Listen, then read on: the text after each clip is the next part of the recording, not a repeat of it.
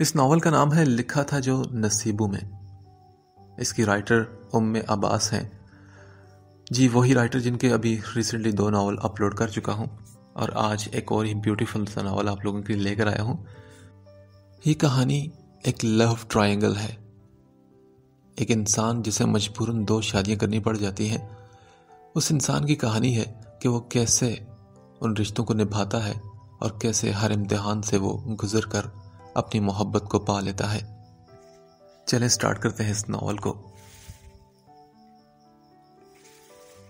وہ بہت خوش تھی، بے تحاشا خوش۔ بچپن سے آنکھوں میں سجائے گئے خواب آج تکمیل تک پہنچ جائیں تو خوشی تو چہرے کے خد و حال میں کس طرح کھلکھلاتی ہے۔ کوئی مہر ماں تبریز شاہ کو دیکھ لیتا تو مسکرا کر ایمان لے آتا۔ سرخ لہنگے میں سجی شادی کی تمام چیزوں سے لیس وہ اپنی ازلی خوبصورتی کی باعث آسمان سے اتری حور تو لگتی ہی تھی، مگر چہرے پر چھائی مسرت اور اس کے انگ انگ سے پھوٹتی خوشی کی لہر اسے اور بھی حسین بنا رہی تھی۔ سب کے تعریفی کلمات اس نے صبح سے ہی ہنستے ہوئے ہونٹوں اور جھکی آنکھوں سے سر کو ذرا سے ہلاتے ہوئے بڑی ادا سے سنے تھے۔ اس کی سبھی کزنز اور سہیلیاں میٹھی میٹھی سرگوشیوں سے کئی بار اس کا دل دھڑکا چکی تھی۔ جب بھی کوئی اس کے کان کے قریب جذبوں کے سروں میں ارتعاش پیدا کرتی، کوئی مہکتی گنگناتی سی دھن چھیڑتا، تو اس کے دلکش سرخ یاقوتی ہونٹوں پر ایک شرمگی سی مسکان آ کر ٹھہر جاتی۔ وہ ہر ایک کے لیے قابل رشک تھی، جو کسی ریاست کی شہزادی جیسی تھی۔ ہر دل عزیز، ہر دل پر قابض۔ زندگی کی مہربان کوکھ میں اس کے لیے خوشیوں کا سدا ایک انبار رہا تھا۔ بے پناہ پیار کرنے والے رشتے، اس کی ہر خواہش کو پورا کرنے کو ہر دم تیار باپ اور بھائی، ہاتھ کا چھالا بنا کر رکھنے والی اس کی ماں، تایا کی آنکھ کی ٹھنڈک تو تائی کی نرم آغوش میں پلی مہر ماں خود پر نازا نہ ہوتی تو کیا کرتی؟ اتنی ساری محبتوں نے مل کر اسے بگاڑا تو نہیں تھا، مگر اپنی قدر و منزلت سے بخوبی آگاہ کر دیا تھا۔ اس کی خود پسندی اور ضدی طبیعت کبھی کبھار شاہ حویلی کے مردوں کو بھی حیران دینے لگتی تھی۔ نرم گوسی مہر ماں شاہ جب کبھی ضد پر اڑ جاتی تو پتھر کی لکیر ثابت ہوتی، جسے اپنی بات سے پیچھے ہٹانا ناممکن ہو جایا کرتا تھا۔ وہ خوبصورت تھی تو نصیب بے حسین ترین سیاہی سے بڑے ہی صاف حروف میں لکھوا کر لائی تھی، اور آج کے دن کی تو بات ہی کچھ اور تھی۔ بہت ہی چھوٹی سی عمر سے جب آنکھوں میں خوابوں کا بسیرا تک نہیں ہوتا، اس کے گھر میں ہونے والی بڑوں کی ہلکی ہلکی سرگوشیوں نے ایک چہرہ اس کے دل کے آئینے میں جگمگا دیا تھا، اور وہ چہرہ تھا ضامن شمریز شاہ کا، اس کے تایا کا چھوٹا بیٹا، خاندان کے سب سے قابل لڑکا۔ پہلے تعلیم اور پھر سرکاری نوکری کی وجہ سے وہ زیادہ تر شہر ہی رہا تھا۔ 21ویں گریڈ کا آفیسر فارن آفس میں اسلام آباد میں کام کر رہا تھا۔ رہائش سے لے کر نوکر چاکر تک ہر قسم کی سہولتوں سے ملی ہوئی تھی۔ خوبصورتی تو وراثت میں ملی ہی تھی، کچھ شہری رکھ رکھاؤ اور طبیعت کی سنجیدگی نے اس کی سوبر سی شخصیت کو اور بھی 4 چاند لگا دیے تھے۔ مہرماں گھر بھر میں بچپن سے سنتی آئی تھی کہ وہ اس کی منگیتر ہے، مگر اس کی طرف سے کبھی کسی قسم کی کوئی پیش رفت نہیں کی گئی تھی۔ ایک ہی حویلی میں رہنے کے باعث جب کبھی وہ گاؤں آتا تو ان دونوں کا سامنا تو ضرور ہوتا تھا، ایسے میں حال احوال سے بات کبھی آگے نہیں بڑھی تھی۔ نہ ہی نرم اور گرم نظروں سے جھلکتا کوئی تاثر، نہ کوئی ہونٹوں کے کناروں میں جذبوں کی لپک لیے کھیلتی ہوئی مسکراہٹ۔ اس کی بھابھی جب بھی ضامن کا نام لے کر اسے چھیڑتی تو وہ کچھ نہ ہونے کے باوجود بھی شرم سے پلکیں جھکا دیتی تھی۔ ضامن اپنے مزاج کا ایسا ہی تھا، اس نے تو اسے کسی کے ساتھ بھی کبھی زیادہ ہنسی مذاق کرتے نہیں دیکھا تھا۔ اس کی سنجیدگی اور محتاط طبیعت کے باوجود مہر ماں کے دل میں کبھی اس کے لیے کوئی بھی بری بات نہیں آئی۔ پچھلی بار جب وہ آیا تھا تب تایا جان نے اچانک ان کی شادی کا اعلان کیا تو مہر ماں کے کانوں تک بھی یہ بات پہنچ گئی تھی۔ اسے یہ بھی پتہ چل گیا تھا کہ وہ فی الحال شادی نہیں کرنا چاہتا تھا، مگر تایا جان کے سامنے وہ زیادہ دیر ٹک نہیں سکا۔ اس کے جانے کے بعد ہی حویلی میں شادی کی تیاری شروع کر دی گئی تھی۔ کل رات مہندی کی تقریب میں وہ گاؤں پہنچا تھا اور آج وہ دلہن بنی اس کے کمرے میں موجود تھی۔ سفید کاٹن کے کرتا شلوار اور پاؤں میں روایتی تلے والا کھسا پہنے وہ جس گھڑی کمرے میں داخل ہوا تو مہرماں کا جھکا سر کچھ اور بھی جھکتا چلا گیا تھا۔ کتنی دیر گزری تھی وہ جو اس کو اپنے سامنے پانے کی توقع کیے شرم سے گلنار چہرہ لیے بیٹھی تھی۔ اس نے نظر اٹھا کر جالی دار سرخ دوپٹے سے دیکھا تو کمرہ خالی تھا۔ بیلکنی میں کھلنے والا دروازہ کھلا تھا جو کہ اس کی آمد سے پہلے بند تھا۔ پھر اس کے کانوں میں اس کی غیر واضح بہت ہی کم آواز پڑی تھی۔ وہ آہستہ آواز میں موبائل پر کسی سے بات کر رہا تھا۔ مہرماں نے اپنی حالت پر بے آواز ہنستے ہوئے چہرہ اٹھایا تھا۔ اپنی کلائی میں سجی کانچ کی سرخ چوڑیوں سے کھیلتے وہ اس کے انتظار میں تھی۔ اس نے کبھی کسی کا اتنے دل سے انتظار نہیں کیا تھا۔ اس کے منتظر دل کی میٹھی سی چبھن اور آنے والے لمحوں کی دل فریبی اور دلکشی اس کے پورے جسم کو گداز کر رہی تھی۔ ہمیشہ ایک نظر ڈال کر نگاہیں جھکا لینے والا آج جب پورے حق کے رنگ لیے جب اس کا روپ دیکھے گا تو کتنا حیران ہوگا۔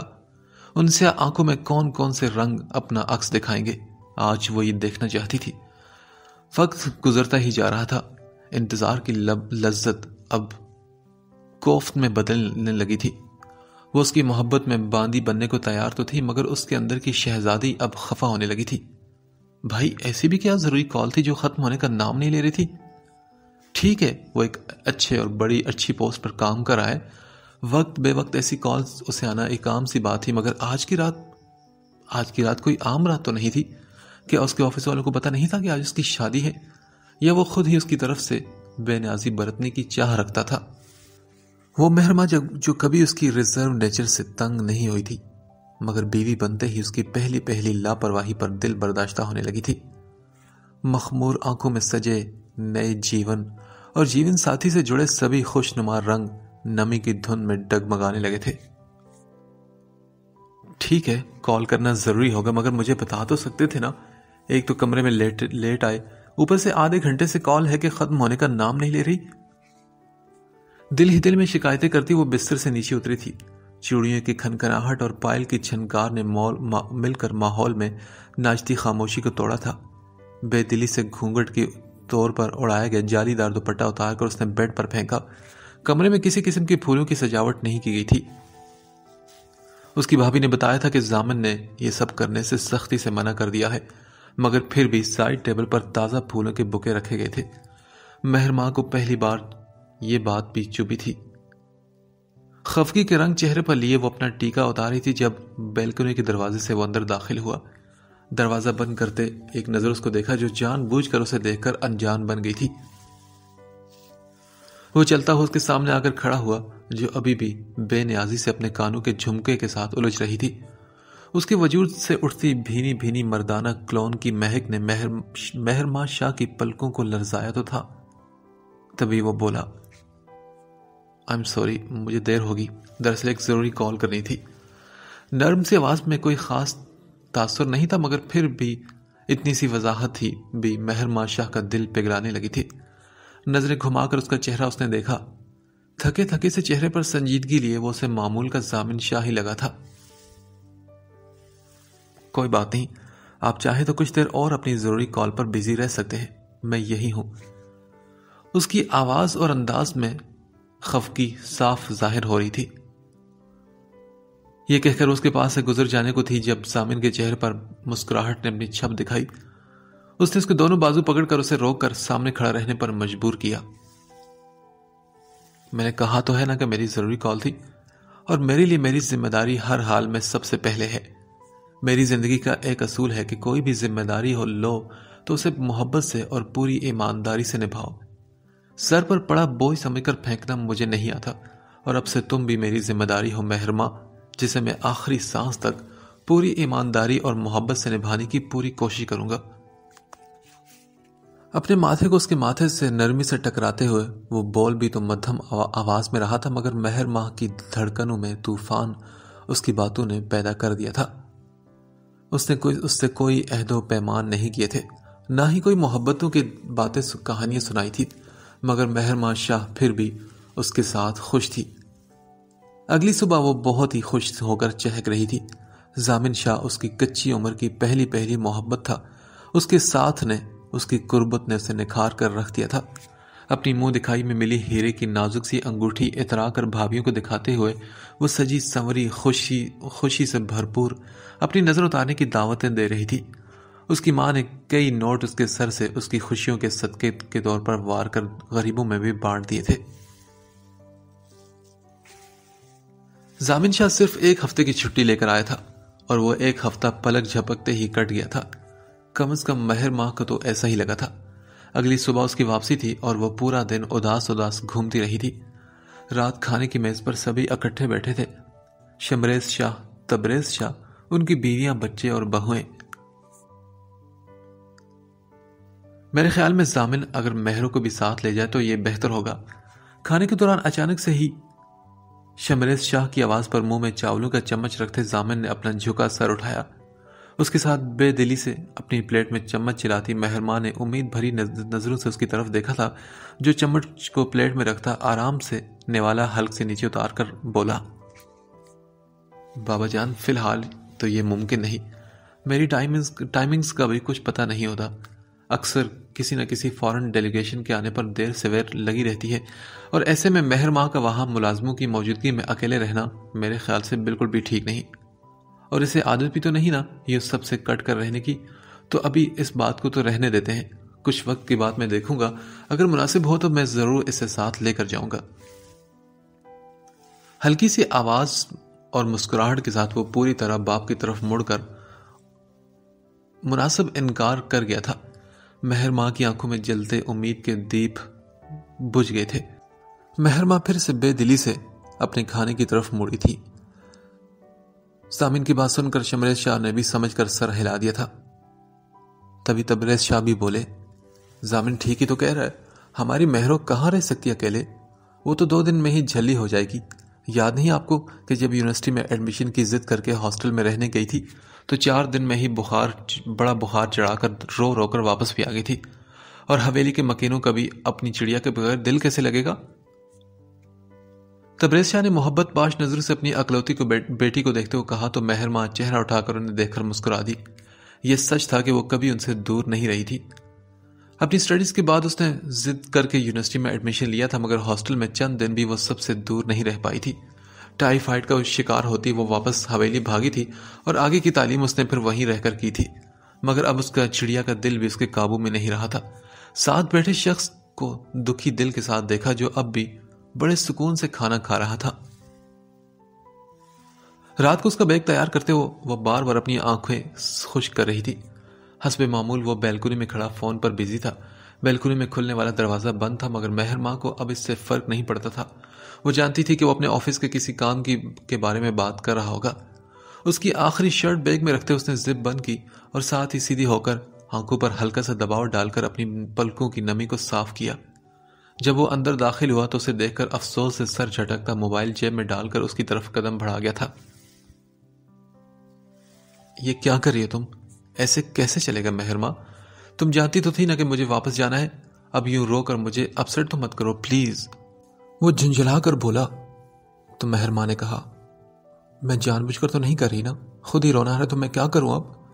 اس کی ڈانٹ بھرے انداز پر وہ رونے والی ہو چکی تھی۔ شکوہ کرتی بے بسی نے ضامن کا دل بھی ایک پل کے لیے نرم کر دیا تھا۔ میں تو پہلے بھی تو آتا جاتا رہتا تھا نا، اب کچھ الگ تو نہیں ہونے لگا؟ اس کی خوبصورت آنکھوں میں تیرتی گلابی نمی نے اس کا لہجہ نرم کر دیا تھا۔ پہلے کی بات اور تھی، پہلے مجھے یوں آپ کی عادت نہیں تھی نا۔ نظریں جھکا کر کہتے ہوئے وہ اسے ہنسنے پر مجبور کر رہی تھی۔ اچھا جی، تو 7 دن میں ہی اتنی عادت ہو گئی ہے آپ کو میری کہ میرے جانے پر یوں آنسو کی ندیاں بہایا کریں گی آپ؟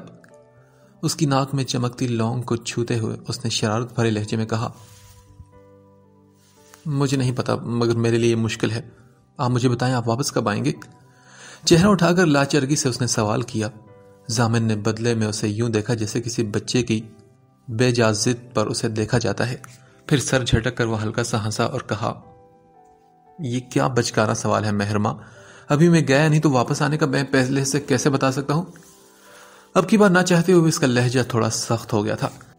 اس کی بات پر مہر ماں نے اپنے بہتے ہوئے آنسوں کو خشک کیا اور وہاں سے ہٹ جانا ہی مناسب سمجھا۔ مزید اس کے سامنے رو کر وہ اسے خفا نہیں کرنا چاہتی تھی، مگر اس کے جانے سے پہلے وہ اسے روک چکا تھا۔ سنو، میں جلدی آنے کی کوشش کروں گا، مگر ایک تو مجھے جلدی چھٹی نہیں ملتی اور دوسرا ویکینڈ پر آنا میرے لیے کافی مشکل ہو جاتا ہے۔ ایک پورا دن تو پہنچنے میں لگ جاتا ہے، شام گئے پہنچتا ہوں تو اگلی صبح پھر جلدی سے یہاں سے نکلنا پڑتا ہے، اور پھر اگلے روز آفس بھی جانا ہوتا ہے، تو سفر کی تھکاوٹ سے میرا برا حال ہوتا ہے۔ مگر پھر بھی میں وعدہ کرتا ہوں کہ جیسے بھی ممکن ہوا میں پہلی فرصت میں واپس آؤں گا۔ اب تو مسکرا دو، یہ روتی دھوتی صورت دے کر جاؤں گا تو جب کبھی یاد آؤگی تو ایسے ہی تصور کے آئینے میں دکھائی دو گی۔ اس کے چہرے پر آئے بالوں کی لیٹوں کو پیچھے کرتا وہ بول رہا تھا، اور مہر ماں اس کا چہرہ دیکھ رہی تھی۔ ناز برداری کے ایسے انداز ضامن شاہ کی روکھی سوکھی شخصیت کے بھی جان لیوا تھے۔ وہ تو دل و جان سے اس پر فدا ہو چکی تھی، اتنی سی دل لگی کے اظہار پر اپنا آپ وار دینے کو تیار ہو گئی تھی۔ اور پھر نم پلکوں کے ساتھ اس کی پہلی فرمائش پوری کی گئی تھی۔ ہونٹوں پر مسکراہٹ کی ہلکی سی لکیر کیا کھینچی کہ دھوپ چھاؤں کا دل فریب منظر ضامن شاہ کا دل بھی بھڑکا گیا تھا۔ جلدی سے نظر اس کے چہرے پر سے چراتے ہوئے اسے اپنے حصار میں لے کر اس نے سینے سے لگایا۔ اس کے سینے پر سر دھرتے مہر ماں خود تو پرسکون ہو گئی تھی، مگر سامنے والے کا سکون اپنے آنسوں کے ساتھ بہا لگی تھی۔ ضامن شاہ کے چہرے پر سوچ کی لکیریں بڑی صاف دکھائی دی جا سکتی تھی۔ اس کی گاڑی جو ہی اسلام آباد کے اس خوبصورت سے بنگلے میں داخل ہوئی تو ڈرائیونگ سیٹ پر بیٹھا وہ تھکن سے بھرپور چہرہ لیے وہ شخص پورے دل سے مسکرایا تھا۔ سامنے کا منظر ہی اس کے لیے اتنا اچھا تھا، سفر کی ساری تھکاوٹ اس کے روم روم سے نکال کر رکھ دینے والا۔ سامنے گاڑی سے نکلتے شخص کو دیکھ کر وہ لڑکی نرم اور خوش آمدید سی مسکراہٹ چہرے پر سجائے آگے بڑھی تھی۔ السلام علیکم۔ اس کے قریب آتے ہی تیزی سے اس کی جانب بڑھتے اس شخص نے واچ مین کی موجودگی کے احساس سے تھوڑا محتاط مگر اپنائیت بھرے انداز میں اسے خود سے لگایا۔ اگلے ہی لمحے اس سے الگ ہو کر وہ مسکراتے ہوئے اس سے بات کرتا اندر کی طرف بڑھ گیا تھا۔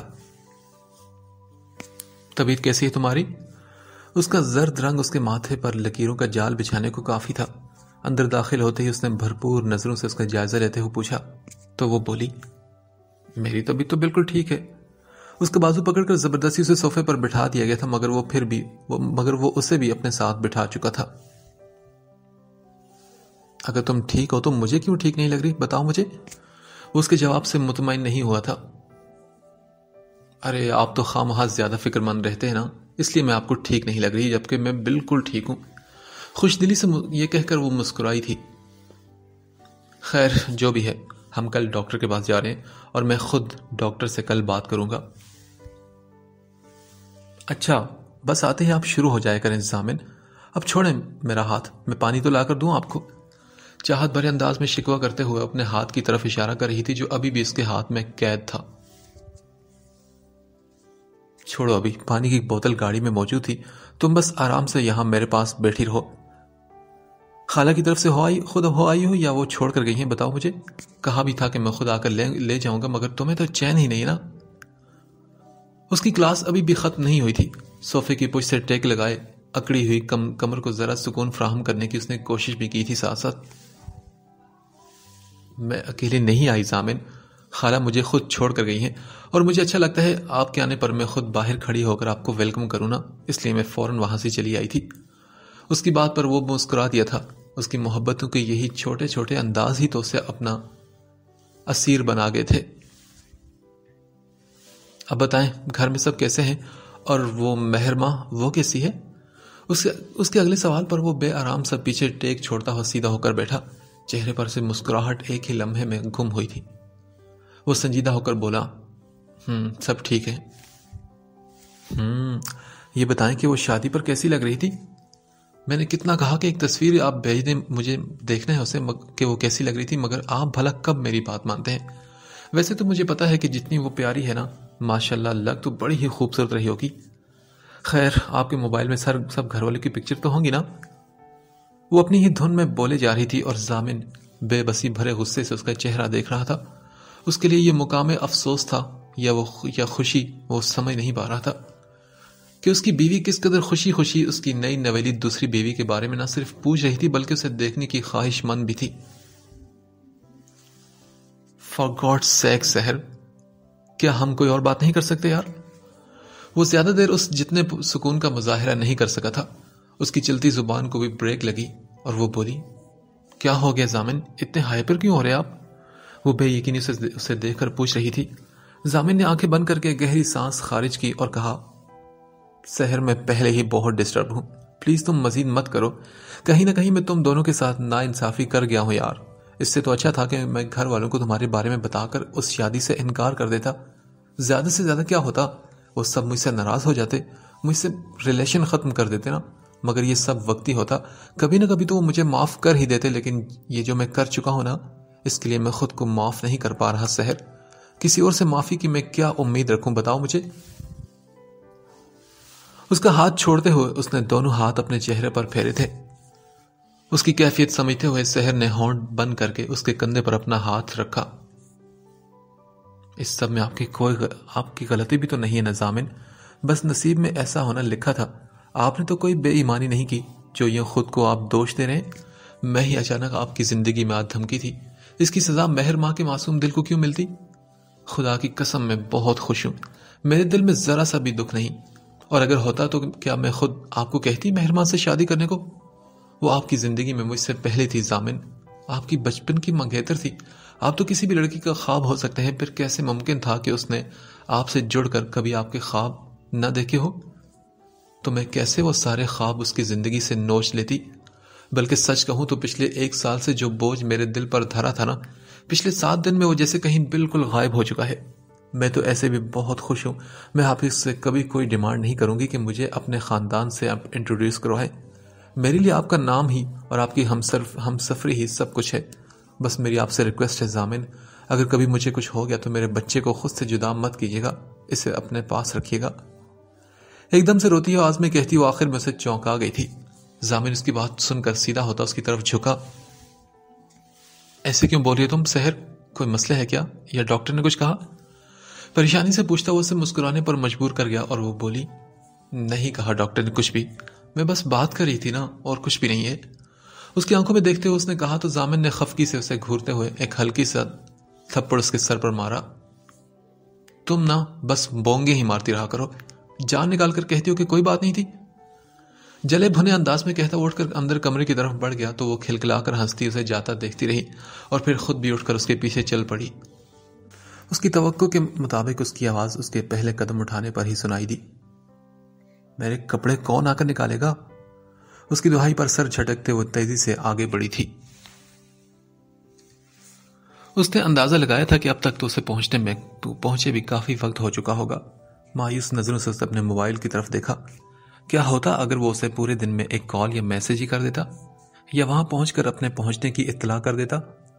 اس کی اداسی کچھ اور بڑی تھی. آج وہ اداس تھی تو ہاتھوں میں چوڑیوں کی کھنکھناہٹ بھی پہلے جیسے نہیں تھی. نہ جانے وہ کیسے اس کا حال دل جان گئی تھی. وہ کمرے سے باہر نکل آئی تھی. یوں اکیلے بیٹھ کر اداسی کا شکار ہونے سے بہتر تھا کہ وہ سب کے ساتھ بیٹھتی, کم از کم اس کا دل ادھر ادھر ہو جاتا تھا. باہر بڑے کمرے میں مومن بھائی زامن کے بڑے بھائی کے بیٹے کو اٹھائے. وہ اس کے ساتھ مگن ہوگی تو دل بھی تھوڑا بہل گیا تھا. وہ 8-9 ماہ کا پیارا سا بچہ تھا اور مہر کو تو بچے ویسے بھی بڑے ہی اچھے لگتے تھے. اس کے اپنے 3 بھائی تھے, تینوں شادی شدہ اور بچوں والے تھے, جن میں سب سے بڑا ہاشم تو بیرون ملک ہوتا تھا اپنے بیوی بچوں کے ساتھ. ایک بھائی حاکم کراچی میں رہتا تھا اور ایک بھائی حاتب بھی یہی حویلی میں ہی رہتا تھا.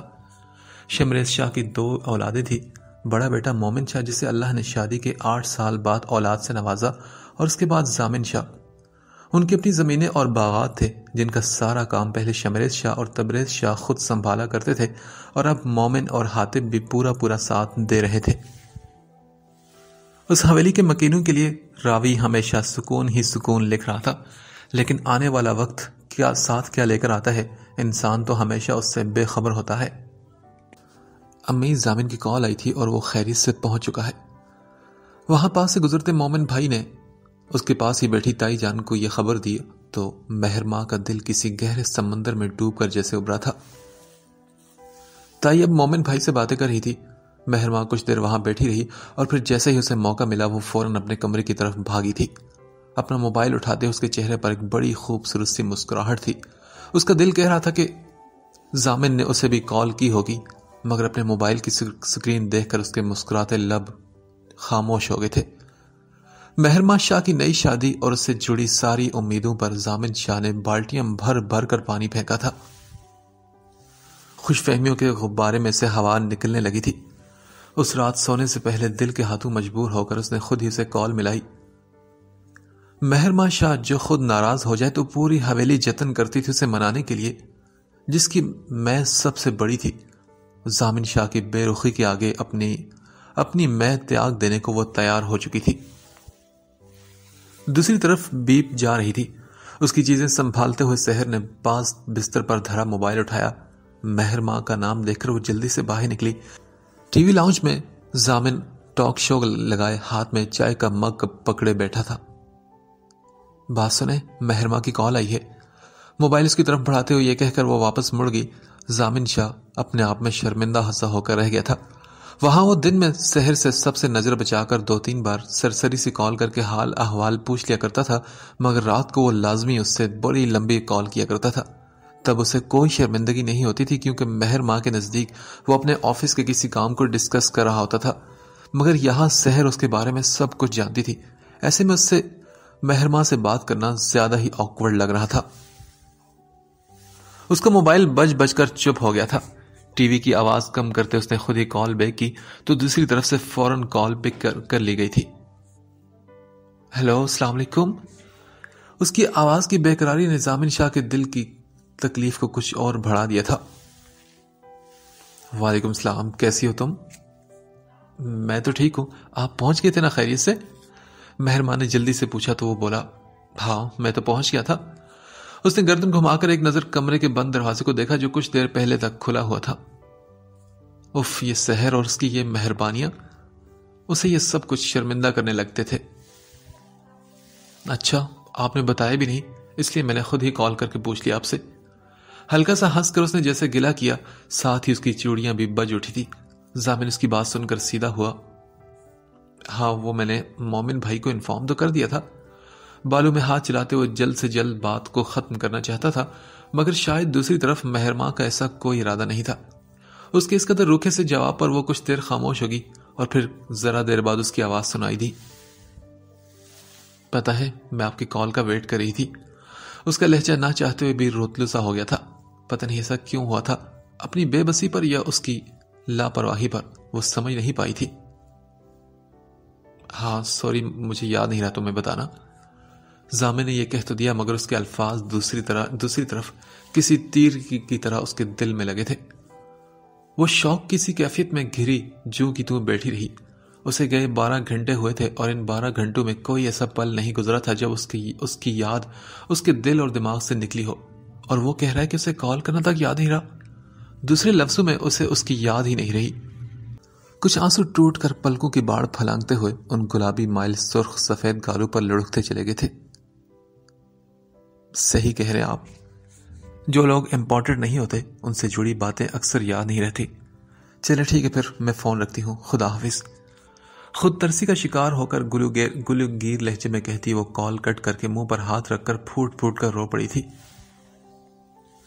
موبائل کان سے ہٹا کر ضامن نے ایک گھٹن زدہ سانس خارج کرتے ہوئے موبائل اپنے ماتھے سے ٹکرایا۔ اس کی آواز میں تیرتا دکھ اس کے گرد ایک حالہ سا بنانے لگا تھا۔ پتہ نہیں وہ اس کے معاملے میں اتنا سخت کیوں ہو جاتا تھا۔ شاید یہ احساس کہ اسے دھوکہ دے رہا ہے اسے اندر سے اتنے کچوکے لگاتا تھا کہ اس کی تلخی اس کے رویے میں جھلکنے لگتی تھی۔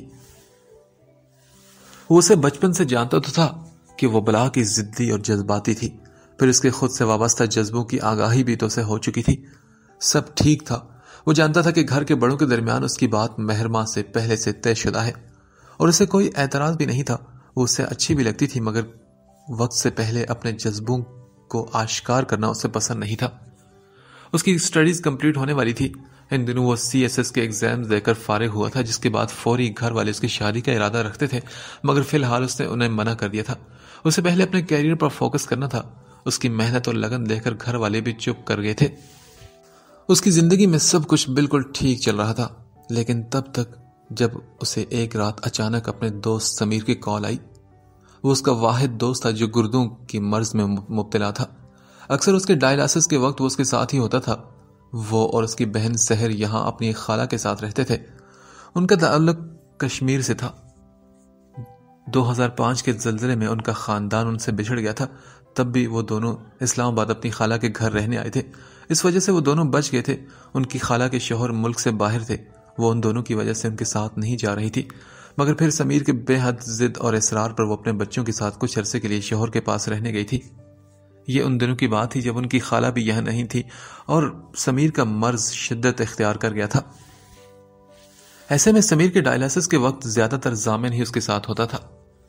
سمیر کی حالت اس رات خطرے میں تھی، طبیعت میں کسی قسم کی بہتری کی گنجائش نہیں تھی۔ ڈاکٹر اپنی طرف سے پوری کوششیں کر چکے تھے اور اب صرف دعاؤں کی صحیح امید باقی تھی۔ ایسے میں اس بستر پر پڑے سمیر کی التجا نے ضامن کو شاکڈ کر دیا تھا۔ سمیر چاہتا تھا کہ اپنی زندگی میں وہ اپنی بہن کو محفوظ ہاتھوں میں دے جائے۔ ایسے میں اس کی نظر اور انتخاب ضامن شاہ پر ہی آیا تھا۔ ضامن اس کا قابل اعتبار دوست تھا، اپنے بعد سحر کے معاملے میں وہ صرف اس پر ہی بھروسہ کر سکتا تھا۔ حالات کچھ ایسے تھے کہ اس کی خالہ بھی پریگننسی کی وجہ سے اس کے پاس نہیں آ سکتی تھی۔ وہ وقت ضامن کے لیے بہت ہی کڑا تھا۔ وہ انکار کر کے اپنے دوست کو تکلیف بھی نہیں دینا چاہتا تھا، اور اگر وہ ہاں کر لیتا تو گھر والوں کو کیا جواب دیتا، اور مہر ماں اس کا کیا ہوتا؟ وہ فوری طور پر کوئی فیصلہ نہیں کر پایا تھا، مگر اسی رات سمیر کی بگڑتی حالت نے فوراً اس سے وہ قدم اٹھوا لیا تھا جو نارمل حالات میں وہ کبھی بھی نہ اٹھاتا۔ اس کی اور سحر کے نکاح کے 3 دن بعد ہی سمیر کی ڈیتھ ہو گئی تھی۔ ان کی خالہ آخری وقت بھی پہنچ نہیں پائی تھی۔ سحر تو صدمے کی کیفیت میں گھری آنسوں کے سائے میں اس کے ساتھ رخصت ہو آئی تھی۔ ضامن نے اس سے اپنے بارے میں کچھ نہیں چھپایا تھا، اپنے گھر والوں سے لے کر مہر ماں تک اسے سب کچھ سچ سچ بتایا تھا۔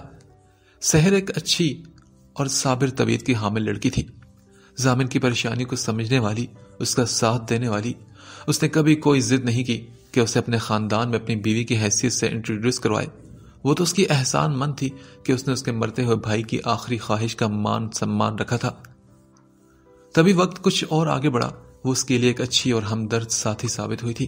ہم سفر سے احساس کا رشتہ جڑا ہو تو محبت ہو جانا فطری سی بات ہے، اور ضامن کے دل میں بھی اس کے لیے محبت کے جذبات پنپنے لگے تھے۔ سحر کی خالہ بھی واپس آ گئی تھی۔ ایسے میں اگر کبھی گاؤں سے کوئی آ جاتا تو ضامن سحر کو اس کی خالہ کی طرف چھوڑ آتا تھا۔ وہ زیادہ دیر اس بات کو چھپانا بھی نہیں چاہتا تھا، مگر خود سے بتانے کی ہمت بھی نہیں کر پا رہا تھا۔ اس بات کا ریئیکشن کس قدر ہوگا وہ سب اچھی طرح جانتا تھا۔ اپنی جڑوں سے کٹ کر رہنے کی ہمت فی الحال وہ اپنے اندر نہیں پا رہا تھا۔ مناسب وقت کے انتظار میں وقت گزرتا ہی چلا گیا۔ اس کے CSS کے رزلٹ کے بعد اس کی جاب بھی ہو گئی تھی، جس کے بعد گھر والوں کی طرف سے ایک بار پھر اس پر شادی کے لیے زور ڈالا جانے لگا۔ انہی دنوں سحر کی پریگننسی کی خبر اس کی زندگی میں مانو خوشی کا ایک اور جھونکا لے آئی تھی۔ وہ بہت خوش تھا اور اس بار اس کا پکا ارادہ تھا کہ وہ گھر والوں کو سب کچھ سچ سچ بتا دے گا۔ تبھی سحر نے اسے منع کر دیا، اور اس کی اگلی بات نے اسے شک میں ڈال دیا کہ کہیں وہ اپنے ہوش حواس تو نہیں کھو بیٹھی۔ تم پاگل ہو گئی ہو سحر، یعنی کہ تم مجھے خود کہہ رہی ہو کہ میں مہر ماں سے شادی کر لوں؟ صدمے کے باعث اس کی آواز بھی کافی اونچی ہو گئی تھی، مگر وہ بولی، ہاں تو اس میں مسئلہ کیا ہے؟ کیا مرد 2 شادی نہیں کرتے؟ اور میں راضی اور خوشی سے آپ کو اجازت دے رہی ہوں، تو آپ کیوں نہیں کر رہے اسے شادی؟ سحر کے سکون میں رتی برابر بھی فرق نہیں آیا تھا، اور وہ اپنی بات پر اڑی ہوئی تھی۔ مجھے تو لگتا ہے کہ تمہارا دماغ خراب ہو گیا سحر، مگر میرا دماغ ابھی بھی کام کر رہا ہے۔ تم اپنی اجازت اپنے پاس رکھو، میں اس بار گاؤں جاؤں گا تو ابو سے بات کر کے آؤں گا۔ افسوس بھری نگاہوں سے اسے دیکھتے ہوئے اس نے ناراضگی سے کہا تھا، نہیں ضامن، میری بات تو سنیں۔ آپ جانتے ہیں نا کہ جن حالات میں ہماری شادی ہوئی اس میں غلطی آپ کی نہیں تھی، پھر سزا آپ کو کیوں ملے؟ آپ کے گھر والے آپ سے ناراض ہوں گے اور میں خود کو معاف نہیں کر پاؤں گی، اور سب سے بڑھ کر مہر ماں، اس کا کیا ہوگا؟ ہاں، اس سب میں اس کی کیا غلطی ہے؟ اور مجھے کسی معصوم کی بد دعائیں نہیں لینی۔ پلیز ضامن، میری بات مان لے آپ۔ اس کے سامنے کھڑی اس سے ریکویسٹ کر رہی تھی۔ یار تمہارا دماغ خراب ہے کیا؟ تمہاری اس بد دعاؤں کے ڈر کے چکر میں اپنی زندگی کو جہنم بنا لوں؟ ہاں تم بھائی مجھے معاف ہی رکھو، میں کچھ بھی نہیں کرنے والا یہ سب۔ وہ غصے میں وہاں سے واک آؤٹ کر گیا تھا۔ اگلے کئی دن ان کے درمیان اس بات کو لے کر بحث ہوتی رہی۔ ضامن اس سے خفا بھی ہوا تھا، اس سے شدید ناراض ہوا تھا، مگر اس نے پہلی بار اس کی ناراضگی کا کوئی اثر نہیں لیا، بلکہ وہ تو اپنی بات پر ڈٹی رہی۔ انہی دنوں گاؤں سے ضامن کے لیے ایک پیغام آیا کہ اسے بلایا گیا تھا۔ ہمیشہ کی طرح ساحر کو اس کی خالہ کی طرف چھوڑ کر وہ گاؤں گیا اور وہاں اس کی توقع کے عین مطابق شمریز شاہ نے اس کی شادی کا ذکر چھیڑا تھا۔ وہ فوری طور پر کھلم کھلا انکار نہیں کر پایا تھا۔ ہمیشہ کی طرح وہ ٹال مٹول سے کام لیتے۔ اس نے ابھی بھی کچھ وقت رہنے دیکھا راگ الاپا تھا، مگر اس بار شمریز شاہ نے اس سے 2 ٹوک الفاظ میں بات کرنا ضروری سمجھا۔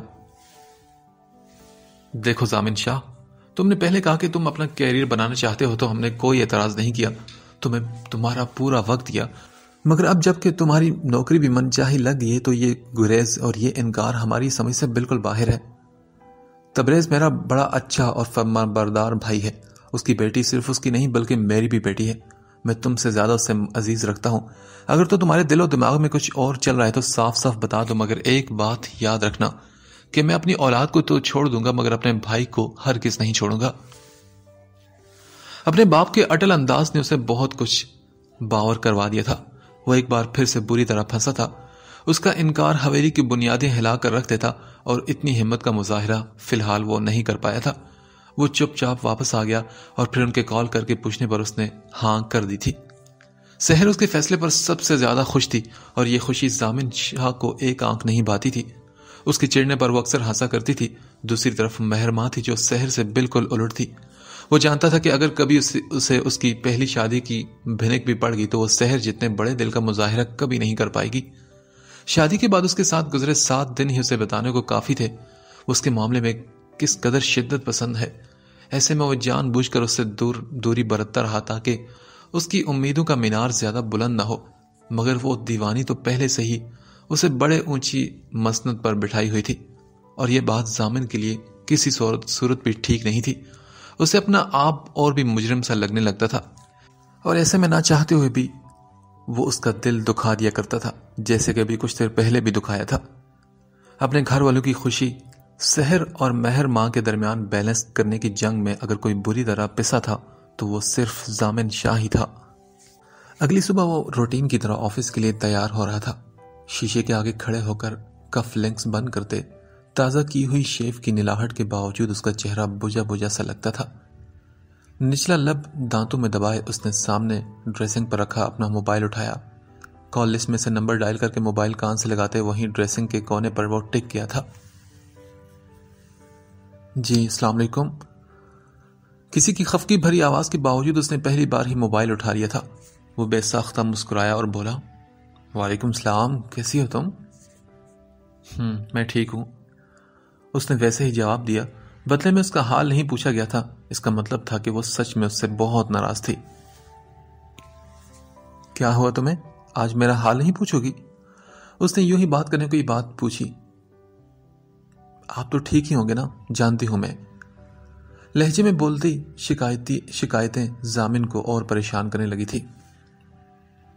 ہاں یہ بات تو ہے، کھسیانے سے انداز میں کان کی لو کو چھوتا ہوا اگلی بات کے لیے الفاظ ڈھونڈنے لگا۔ آپ کو کوئی کام کی بات کرنی تھی کیا؟ اس کی بات پر اپنے خیالوں میں گم وہ چونکے بنا رہ نہیں سکا اور بولا، ہاں نہیں تو تم کیوں ایسے پوچھ رہی ہو؟ ویسے ہی بلا وجہ تو آپ کبھی کال نہیں کرتے۔ اس کی اس قدر صاف بات کہنے پر وہ جی بھر کر شرمندہ ہوا۔ ارے نہیں، اب ایسی بھی کوئی بات نہیں، میں آفس جا رہا تھا تو کافی دنوں بعد جا رہا ہوں نا، کام زیادہ ہوگا تو شاید کال کرنے کی فرصت نہ ملے، اس لیے میں نے سوچا کہ صبح صبح تم سے بھی بات کر لوں اور تمہیں بھی بتا دوں۔ وہ نہ چاہتے ہوئے بھی اسے صفائی پیش کر رہا تھا اور دوسری طرف مہر ماں بے ہوش ہوتے ہوتے بچی تھی۔ اس کے دل کی ساری اداسی اس کے اتنے سے ہی الفاظ نے دھو ڈالی تھی، یعنی اسے اس کی کچھ نہ کچھ فکر تو تھی، بس وہ صاف ظاہر نہیں کرتا تھا۔ نہیں کوئی بات نہیں، آپ آرام سے اپنا کام کریں، شام کو جب واپس آئیں گے تو تب کال کر لیجیے گا نا۔ اب کی بار اس کی آواز کی تازگی اور کھنک بحال ہو گئی تھی۔ ضامن نے اس کے بدلتے لب و لہجے کو بڑے غور سے جانچا تھا۔ اس کی اتنی سی نرمی نہیں اسے جیسے دنیا جہاں کی دولت دے دی تھی۔ اوکے پھر رکھتا ہوں، میں آفس سے دیر ہو جائے گی۔ اپنی جگہ سے اٹھتا ہو جلدی سے بولا، خدا حافظ۔ کال کٹ کر کے موبائل اس نے جیب میں ڈالا اور ایک گہری سانس لیتے اسے اس وقت اپنی حالت پر ترس بھی آ رہا تھا اور ہنسی بھی۔ اپنا آپ فیوچر میں اسے 2 عورتوں کے درمیان پنڈولم کی طرح جھولتا دکھائی دے رہا تھا۔ ایک جھرجھری سے لے کر سر کو جھٹکتے ہوئے اس نے خود کو ان سوچوں سے آزاد کروایا۔ کھلے دروازے سے باہر کا منظر بھی دکھائی دے رہا تھا، جہاں سحر ناشتے کے لیے اسے بلانے آ رہی تھی۔ اس سے پہلے کہ وہ اسے آواز دیتی، وہ خود ہی آگے بڑھ کر باہر نکل گیا تھا۔ مہرماں کا دل بھی آہستہ آہستہ بہل گیا تھا۔ اب وہ اسے روز کال کرتا تھا۔ زیادہ دیر بھلے بات نہیں کرتا، مگر دن میں 2 بار کی کال بھی اس کے لیے بڑی ہی معنی رکھتی تھی۔ 4-5 منٹ کی کال کے دوران وہ بہت کم بولتا تھا، زیادہ تر بس وہی بولتی رہتی اور وہ چپ چاپ سن لیتا اور اس کی باتوں کا جواب دیتا۔ کبھی جو اس کی خاموشی اسے کھلتی تو وہ اس کا اظہار بھی جھٹ سے کر دیتی۔ ایسے میں وہ مسکرا کر یہی کہتا کہ مجھے بس تمہیں سننا زیادہ اچھا لگتا ہے، اور وہ اس کی بات پر ہی خوش ہو جایا کرتی تھی۔ اس نے پورے دن میں کیا کیا، گھر میں کیا ہوا، مومن بھائی کے بیٹے نے آج کیا نیا سیکھا، وہ اس سے ایسی ڈھیروں ساری چھوٹی چھوٹی باتیں کر لیا کرتی تھی، اور آخر میں جھجکتے ہوئے یہ بھی ضرور پوچھ لیتی کہ وہ واپس کب آئے گا، اور وہ ہر بار ایک ہی جواب دیتا، جیسے ہی چھٹی ملی۔ بدلے میں وہ چپ کر جاتی تھی، وہ کوئی ضد نہیں کرتی تھی، مگر اس چپ میں بولتا احتجاج ضامن کو بڑی شدت سے محسوس ہونے لگا تھا۔ اس شام وہ واپس گھر آیا تو سحر آگے اپنی پیکنگ میں مصروف تھی۔ حیرت سے اسے دیکھتے ہوئے اس نے اپنا لیپ ٹاپ بیگ رکھا اور پوچھا، یہ کہاں کی تیاریاں ہو رہی ہیں بھائی؟ کہیں نہیں، میں سوچ رہی ہوں خالہ کی طرف 2 دن رہنے چلی جاؤں۔ اس کی بات پر ضامن نے ہاتھ رو کر چہرہ اٹھائے اسے گھورا۔ ویکنڈ پر؟ تو میں یہاں کیا اکیلے مکھیاں ماروں گا؟ اس کی بات پر بیگ کی زب بند کرتے سحر اس کے تپے ہوئے انداز پر ہنسی اور بولی، نہیں جناب، وہ رہا آپ کا بیگ بھی، کیونکہ آپ گاؤں جا رہے ہیں۔ اس نے اشارے سے اس کی توجہ بیڈ پر تھوڑے فاصلے پر دھرے دوسرے چھوٹے سفری بیگ کی طرف دلائی تو ضامن خاموشی سے اپنے جوتے اتارنے لگا۔ چلیے ابو جلدی سے فریش ہو جائیں تاکہ نکلیں، پھر مجھے راستے میں خالہ کی طرف ڈراپ کر جائیے گا۔ انشاءاللہ رات 9-10 بجے تک پہنچ جائیں گے آپ ہی۔ کپڑے آپ کے نکال دیے ہیں، چینج کر لیں، میں تب تک چائے لے کر آتی ہوں۔ سارا پروگرام اسے بتاتی، یہ کہہ کر وہ کمرے سے نکل گئی تھی۔ ضامن نے اس کی بات پر کوئی اعتراض نہیں اٹھایا۔ کہیں نہ کہیں شاید اس کے دل کی بھی یہ آواز تھی جسے وہ بار بار دبائے جا رہا تھا، مگر اس کا دل چاہ رہا تھا کہ وہ بھی گاؤں جائے۔ مسکراتے اٹھ کر وہ واش روم کی طرف بڑھ گیا تھا۔ پورے 27 دن بعد وہ یوں اچانک سامنے کھڑا تھا تو حیرت کی ملی جلی کیفیت کے باعث وہ کچن کی دہلیز پر بت بنی کھڑی اسے دیکھ رہی تھی، جو ایک نگاہ اس کی ہونکوں بھری حالت پر ڈالتا اب جھک کر تائی ماں سے مل رہا تھا۔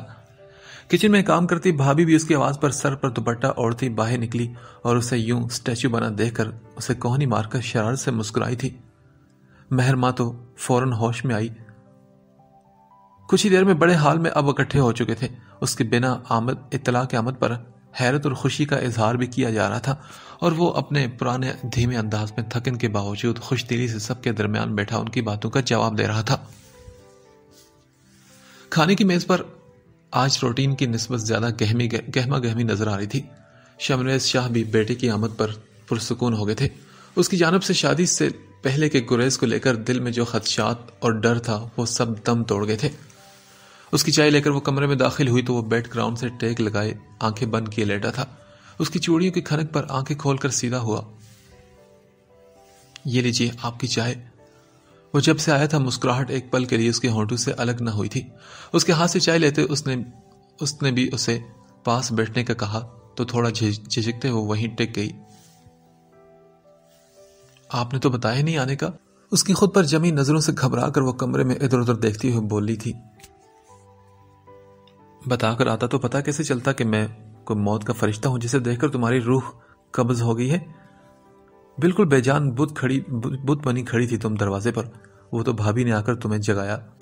چائے کا گھونٹ پیتے ہوئے اسے جان بوجھ کر تنگ کر رہا تھا۔ مہرماں کے چہرے کی لالی میں کچھ اور اضافہ ہوا۔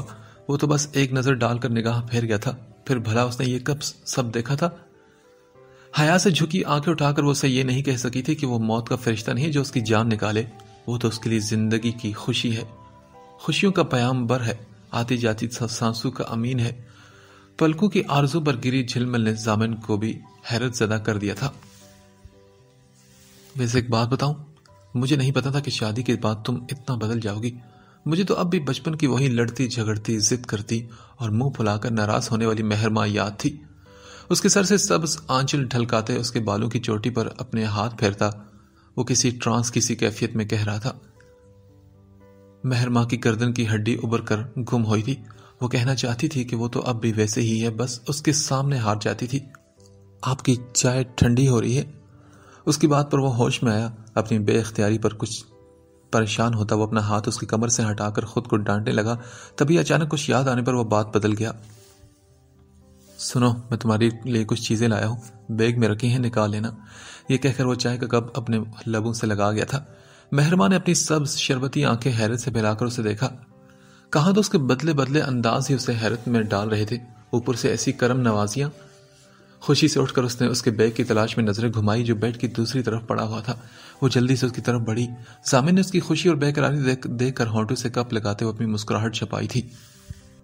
وہ اور سحر جب گھر سے نکلے تھے تو سحر نے گاڑی میں بیٹھتے اس سے کہا تھا، سنیے، بیگ میں مہرماں کے لیے میں نے کچھ گفٹس لے کر رکھے ہیں، اسے دے دیجیے گا۔ ہاں، کیا مطلب؟ مطلب کیا؟ میں نے گفٹ لیا اس کے لیے۔ اچھا، اور ساتھ میں اس سے کیا کہوں کہ تمہاری سوکن نے بڑی چاہت سے تمہارے لیے یہ تحفے بھیجے ہیں، تم بھی اتنی محبت سے قبول کر لو۔ حسب روایت وہ اس انوکھی محبت پر چڑھ کر بولا تو سحر نے اسے خفگی بھری نگاہوں سے گھورا۔ آپ بس یہ کہہ دیجیے گا کہ میں خود لایا ہوں، میرا نام لینا ضروری تو نہیں نا؟ پتہ نہیں آپ کو کیا مسئلہ ہے ضامن، اب ہر وقت اسے کوسوں روایتی انداز میں آپ کے اس کے خلاف کان بھروں، یہ چاہتے ہیں آپ؟ ضامن اس کی خواہ کی ناراضگی کو خوب سمجھتا تھا۔ وہ جانتا تھا کہ اس کے لیے کچھ لے کر نہیں جا رہا، سحر نے اسی لیے اس کے لیے کچھ دیا ہوگا تاکہ وہ اس سے اپنی طرف سے دے سکے، بالکل اسی طرح جیسے اس نے رونمائی کے لیے انگوٹھی چپکے سے رکھ دی تھی اور اس کے گاؤں پہنچنے پر اسے کال پر بتایا تھا۔ چوڑیاں؟ حیرت سے بیگ کھول کر اوپر رکھی اس کی شرٹ کو سائڈ پر کرتے اس کی نظر سبز کانچ کی چوڑیوں پر پڑی تھی۔